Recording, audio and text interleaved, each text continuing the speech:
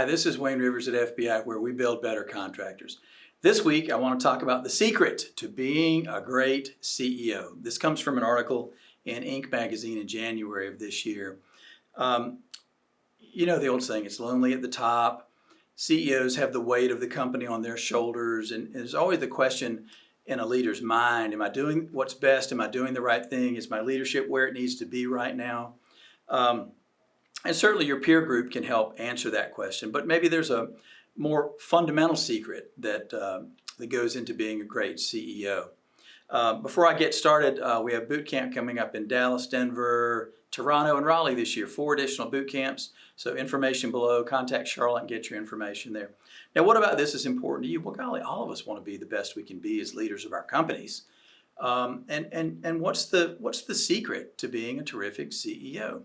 I think it's having a great COO, great general manager, great, whatever you want to call it, second in charge, 2IC. You can call it anything you want. I know here at FBI, our COO, John Mays, has been a blessing. I mean, there's so many things that we can do now that we couldn't have done prior to John being here. So is your perfect COO a mentor for you, an implementer, a co-leader? You know, what's the definition? There's lots of different kinds of job descriptions for COOs. Here's where I think you should start, okay?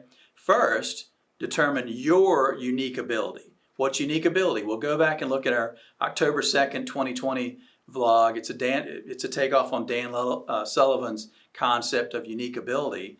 But unique ability is your highest and best use, your HABU, highest and best use. And how do you get there? You ask other people, your coworkers, your friends, your family, people that know you really well. You have them give you some unvarnished, blunt feedback on what the things are that you do best. Forget about the things that you do okay or average. You want to focus your time on the things that you do best, the things that energize you, the things you never get tired of doing, the things you do at a super high level, uniquely in your company, better than anyone else. Now, here's another way to go about it as you go through this identification process of your unique ability.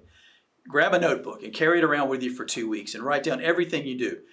Ran to the bank, met with the bonding company, sat in on a bid review. Write down everything. Just write it down. Just coat the pages in ink.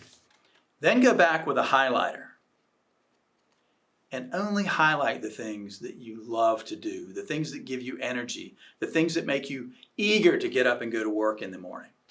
Second part of that, go back now again, review the list with a red pen. What are the things that you hate? Oh my gosh, what do you hate? Cross those off.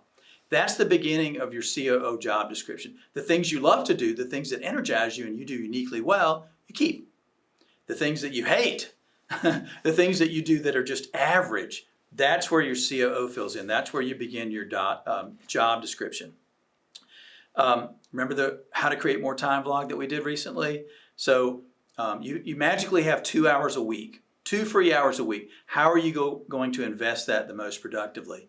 And then thinking about the other side of that coin, what are you going to stop doing with that new 2 hours a week? What are you going to stop doing to free up 2 hours? Again, food for thought for what your COO is going to do.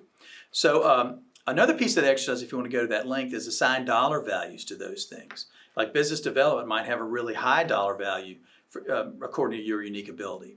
So that's something you might keep versus handing it off to a COO.